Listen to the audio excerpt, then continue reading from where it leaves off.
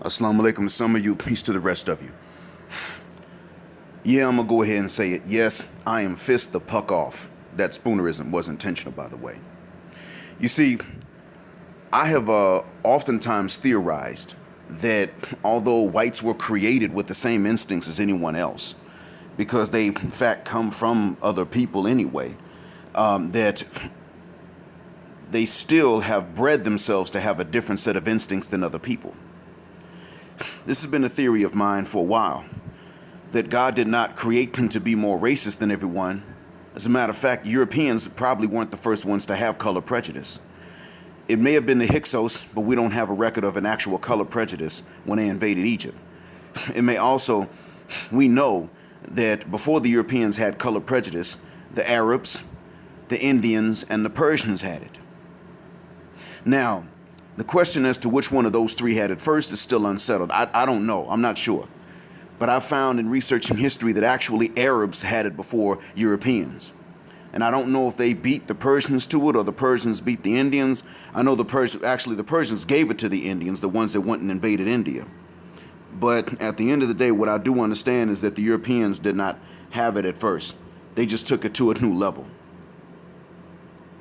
But I've come to believe that because they have practiced this for so long, they have bred this instinct into themselves. And I now believe the same way about non-black Arabs, especially the ones in the peninsula, because they have a variety of colors. And I believe that they are now beginning to be born with instincts against us, or against dark skin, even without it being to the level of hatred. I'm beginning to believe that this is the case because they just take it for granted that all the world is going to view white skin as more beautiful than dark skin, and preferable with which to have children and marry. But Liam Neeson has shown something, you see. And honestly, I'm not surprised. It's not really Liam Neeson at whom I'm surprised. I have Celtic blood. Not proud of it, but I do have it. And I'm well aware that there could be some low-life racist bastards when they're taught to be.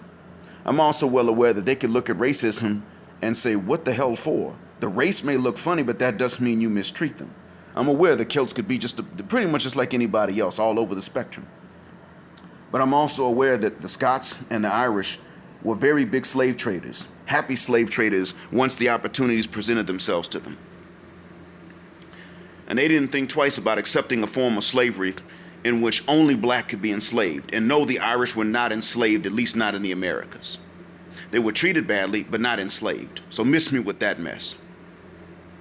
But Liam Neeson said that 40 years ago, he went in black areas, waiting out of pubs with a crowbar for about a week, looking for a black man to set upon him so he could kill him because his friend was raped by a black man. Here's the problem with that. Number one, white women have a documented history of lying on black men and saying they raped them when they didn't. Number two, black men have a documented historical fear of white women. Generally speaking, we don't rape, and we definitely don't rape white women because we know the consequences are going to be out of this world. Number three, didn't Irishmen rape black women in the Americas?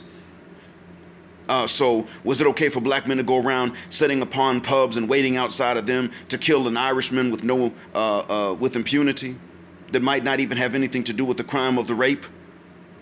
You see how bad this gets, but this is where I'm really upset. It is the goddamn hypocrisy from some sisters of ours, making the rest of black women look bad.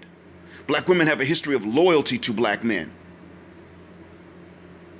But I'm beginning to wonder about this history and how long that loyalty may continue. And I'm talking about a loyalty to black men that didn't do anything. You see, look, Robin Roberts interviewed Nate Parker.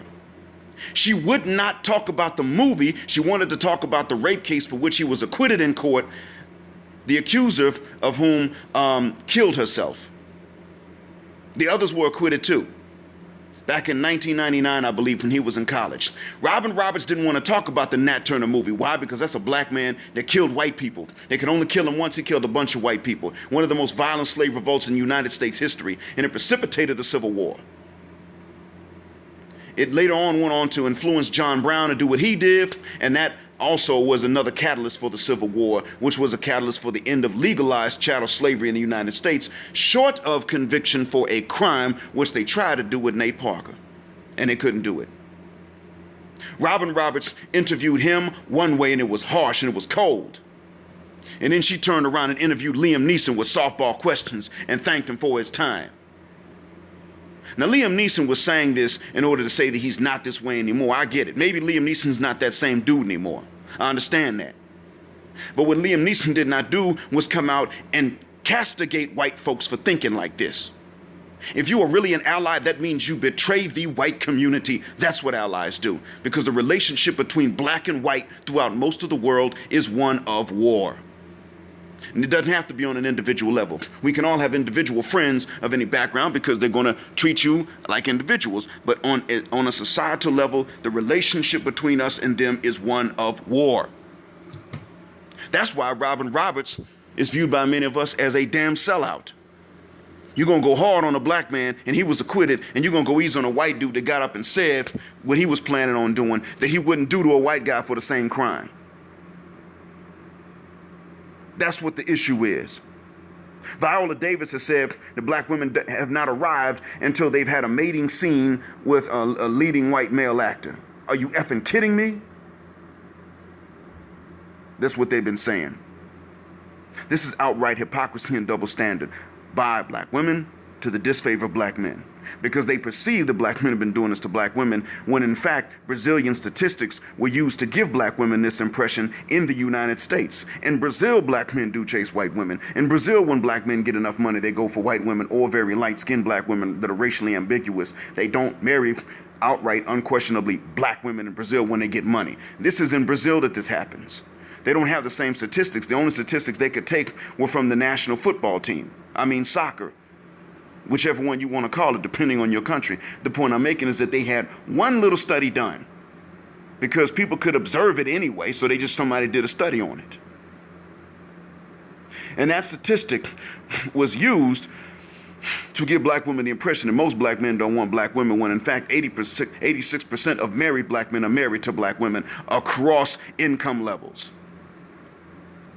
They're trying to play a game wherein they use a false perception, hoping that we will then imitate art and then bring that false perception to life and make it real. And we fall for it. So what I'm seeing now with sisters with this double standard. Well, it's all right when we go with white men, not even other men of color, no, specifically white men. It's okay when Issa Rae says date Asian men, and not the niggas of the Asian men like the Malaysians and the tropical Southeast Asian. No, the Chinese and the Koreans. The same ones that hate you the most, and she says that it's a sign of achievement to get with one of them. I'm seeing what's going on. At the end of the day, because of a perception of less loyalty on the part of black men than black women have had, now black women are being tricked into becoming completely disloyal when black men have been loyal. And this is ridiculous. No, Robin Roberts, you're a damn sellout. Kamala Harris, you're a damn sellout. At the end of the day, the relationship between, I don't care who you married. I don't even care who your parents are. At the end of the day, the relationship between our community and their community in the United States, in Australia, in Canada, in Mexico, in Brazil, in Western Europe, it is war. It is not one of peace. It is a relationship of war, mostly psychological. That's why they got the double standards they got for themselves that they don't have for us. Or they got the double standards for us they don't have for themselves. That's the whole reason for it. That's why Robin Roberts knew that she had to go hard on Nate Parker and go easy on Liam Neeson. Because it's war. And the next time a sister says, well, black men are dominated, so we don't need to respect them, take that sister and drop her off in a white trailer park that is sympathetic to the KKK and pull off. And see who she's going to call on then. I hope this has been a benefit.